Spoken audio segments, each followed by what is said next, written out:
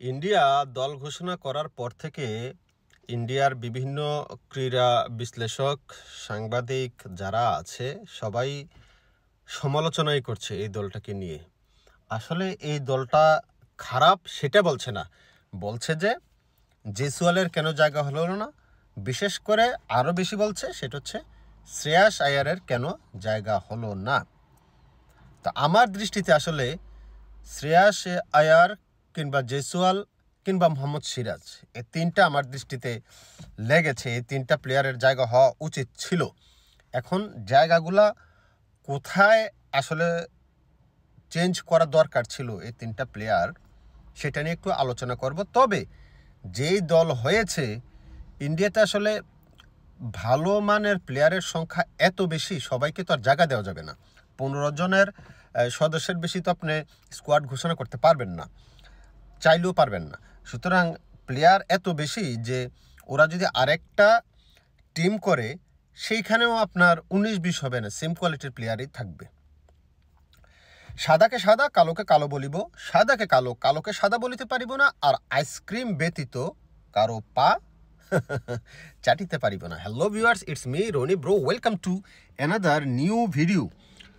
কথা বলছিলাম আলোচনা সমালোচনা নিয়ে। টিম ইন্ডিয়ার দল ঘোষণা করার পর থেকে আলোচনা সমালোচনার জন্ম দিয়েছে। তিনটা প্লেয়ারকে নিয়ে বেশি হচ্ছে, এর মধ্যে একটা প্লেয়ারের কথা বেশি হচ্ছে, সেটা হচ্ছে শ্রেয়াস আয়ার, তারপরে জেসওয়াল, তারপর হচ্ছে মোহাম্মদ সিরাজ। এখন কথা হচ্ছে কোন কোন জায়গায় এই তিনটা প্লেয়ারকে নেওয়া যেত, এটা একটু ডিসকাশন করব। শ্রেয়াস আয়ার সবচেয়ে বেশি আলোচনা হচ্ছে তার নাম নিয়ে। আলোচনা হওয়ার কারণ সে লাস্ট কিছুদিন ধরে এমন ব্যাটিং করে আসছে, অ্যাভারেজ, স্ট্রাইক রেট সব কিছুতে সবচেয়ে বেশি। শ্রেয়াস আয়ার আইপিএলে 650 রান করেছে, 650 উপরে। তারপরে তার অ্যাভারেজ 175, 175। তার স্ট্রাইক রেট আর অ্যাভারেজ 50। তো একটা প্লেয়ার 50 অ্যাভারেজে রান করলো, 175 স্ট্রাইক রেটে ব্যাট করলো, 650 রান করলো, সেই প্লেয়ারকে কেন জায়গা দেওয়া হবে না? এবং সে বিশেষ করে এই যে পাঞ্জাব কিংসকে আসলে স্টাবলিশই করছে এবছরের আইপিএলে শ্রেয়াস আয়ার। এক কথায় টেনে নিয়ে আসছে ভাই এই দলটাকে, প্রীতি জিন্তার এই দলটাকে এক কথায় টেনে নিয়ে আসছে শ্রেয়াস আয়ার। তো শ্রেয়াস আয়ার দলে থাকা উচিত ছিল। এখন দলে যদি রাখতে হয় তাকে কোন জায়গায় রাখা হবে বা কার পরিবর্তে রাখা হতো? রিঙ্কু সিং এবং শিবম দুবে, এই দুইটা প্লেয়ারের জায়গায় না, মানে এরা যেই জায়গাটা ব্যাট করে ঠিক এই জায়গাটায় যে শ্রেয়াস আয়ারকে নামাতে হবে তা কিন্তু না।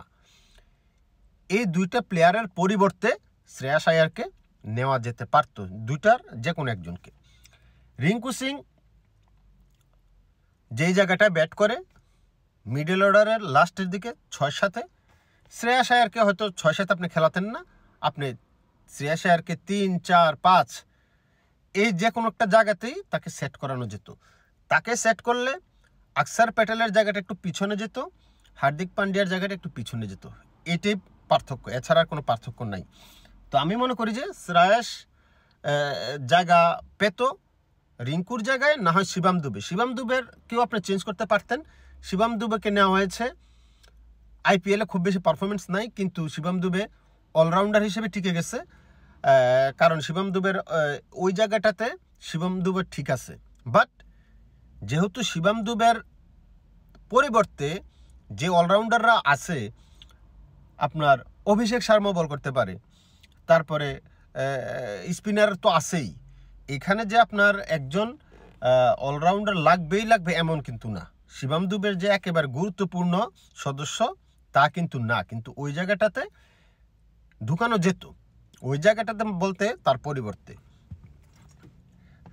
এখন আসেন জেসওয়াল, এই গেল শ্রেয়াস আয়ার, এখন আসেন জেসওয়াল। তো জেসওয়াল 160 স্ট্রাইক রেটে আইপিএলে ব্যাট করেছে, অ্যাভারেজ 45, 550 রান করেছে। তো সেই জায়গাটাতে জেসওয়াল আসলে ডিজার্ভ করে। এখন যেহেতু ডিজার্ভ করে, তাকে কার জায়গায় সুযোগটা দেওয়া যেত? সঞ্জু বাংলাদেশের সাথে সেঞ্চুরি করেছিল, সঞ্জু সাউথ আফ্রিকার সাথে পরপর 2টা ম্যাচে সেঞ্চুরি করেছিল, টোটাল মনে হয় পরপর 3টা ম্যাচে সেঞ্চুরি করলো। ওই সময় সঞ্জু খুব বেশি ফর্মে ছিল, কিন্তু সঞ্জু লাস্ট যে 5টা ম্যাচ খেলেছে 6, 10, 16 এর বেশি রান করতে পারেনি। তো লাস্ট 5-6টা ম্যাচ বিবেচনা যদি করেন, তাহলে সঞ্জুর ওই রকম রান নেই। তো সঞ্জুর জায়গাটাতে বিবেচনা করা যেতে পারতো জেসওয়ালকে, কিন্তু সঞ্জুকে বাদ দিয়ে জেসওয়ালকে নেয় না, এটা যে খুব বেশি মানে ভুল করে ফেলছে জিনিসটা আমার কাছে মনে হয় না।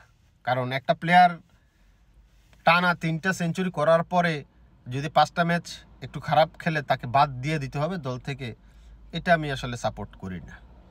তো সুতরাং সঞ্জু জায়গায় নিতে পারতো যদি নিত আর কি, এছাড়া আর কোনো জায়গা আমি দেখি না। তবে সঞ্জুকে এই বয়সে, সঞ্জুর যেহেতু, জেসওয়াল যেহেতু একেবারে ইয়াং, সঞ্জু একটু বয়স্ক, তো জেসওয়ালের সময় পরে আসছে, তো সেই জন্য হয়তো টিম সিলেকশন নির্বাচক মণ্ডলী চিন্তা করছে যে না, এই বয়সে আরেকটা চান্স দেই তাকে, 5টা ম্যাচ খারাপ খেলছে তো কী হয়েছে। তো আমার কাছে মনে হয় যে পরিবর্তন করলে এই জায়গাটাতেই তাকে নেওয়া যেত জেসওয়ালকে, এছাড়া আর কোনো স্পেস আসলে নাই। কিন্তু এই স্পেসটাও যে এটা একেবারে যে করা যেত তা না, করলে করতে পারতো, বাট আমার কাছে ঠিকই আছে। শুধুমাত্র আমার কাছে ঠিক নেই, শ্রেয়াস আর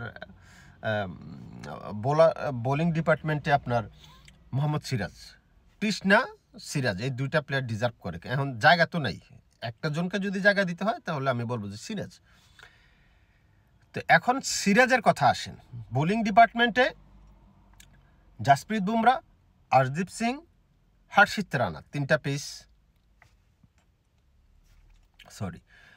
তো এই জায়গায় হর্ষিত রানার চাইতে আমার কাছে মনে হয় যে Mohammad Siraj more effective bowler, economical, wicket taker, সব কিছু বিবেচনা করলে হর্ষিত রানার চাইতে মোহাম্মদ সিরাজ বেটার অপশন ছিল। মোহাম্মদ সিরাজ লাস্ট যে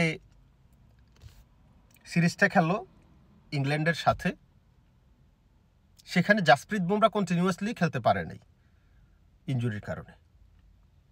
জাসপ্রীত বুমরার অভাব কিন্তু মোহাম্মদ সিরাজ পূরণ করে দিছে, অভাব বুঝতে দেয় নাই ইন্ডিয়া টিমকে, অভাব বুঝতে দেয় নাই একমাত্র মোহাম্মদ সিরাজ। তো সেই জায়গায় বিবেচনা করলে মোহাম্মদ সিরাজ দলে জায়গা পায়। কার জায়গায় পায়?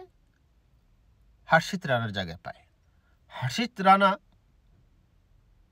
ভালো প্লেয়ার, খারাপ প্লেয়ার আমি বলছি না, তবে তার চাইতে বেটার অপশন ছিল সিরাজ। আরেকটা প্লেয়ার প্রসিদ্ধ কৃষ্ণা, আইপিএলে যথেষ্ট ভালো বল করেছে। এখন এত প্লেয়ার তো আসলে 15 জনের সদস্য আপনি ডিক্লেয়ার করতে পারবেন না, এর চাইতে বেশি তো ডিক্লেয়ার করতে পারবেন না। সুতরাং ভালো করলেও আসলে জায়গা হয় না, কিন্তু প্রসিদ্ধ কৃষ্ণার চাইতে এফেক্টিভ সিরাজ। এই 3টা প্লেয়ার দলে ঢুকতে পারতো, এবং যেই জায়গায় যে স্পেসে ঢুকতে পারতো, এগুলো নিয়ে আমি বললাম। আপনারা কি মনে করেন, আসলে কি এই 3টা পরিবর্তন হওয়া দরকার ছিল? কয়টা পরিবর্তন হওয়া দরকার ছিল? কমেন্ট বক্সে কমেন্ট করুন, দেখতে চাই সবার কমেন্ট। Thank you.